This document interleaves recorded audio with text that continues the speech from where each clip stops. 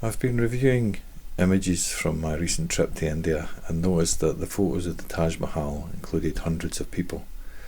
So I thought it would be an ideal opportunity to try out the fairly new functionality of Photoshop, which can remove people from an image. It classes them as a distraction, and you export to Photoshop from Lightroom, choose the remove tool, and then in the options you choose people as the distraction that you would like to remove, and within a matter of seconds it selects everyone that identifies as a person or everything, and it also includes the shadows.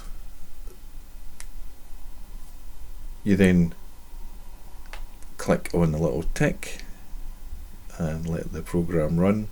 I've speeded it up a little. It did take about 2 minutes to fully identify and remove everyone, but once it did, it was complete. There was no one left.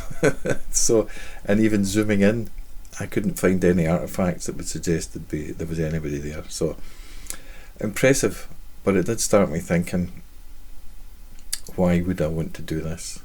The people were part of my memories, and I think Shah Jahan, who spent 20 years constructing this memorial to his wife, would have had a dream that people would have visited and remembered both he and his wife for many, many years. So although I'm impressed by the technology, my images and my memories of India and the Taj Mahal will include the people, and I have no desire whatsoever to remove them.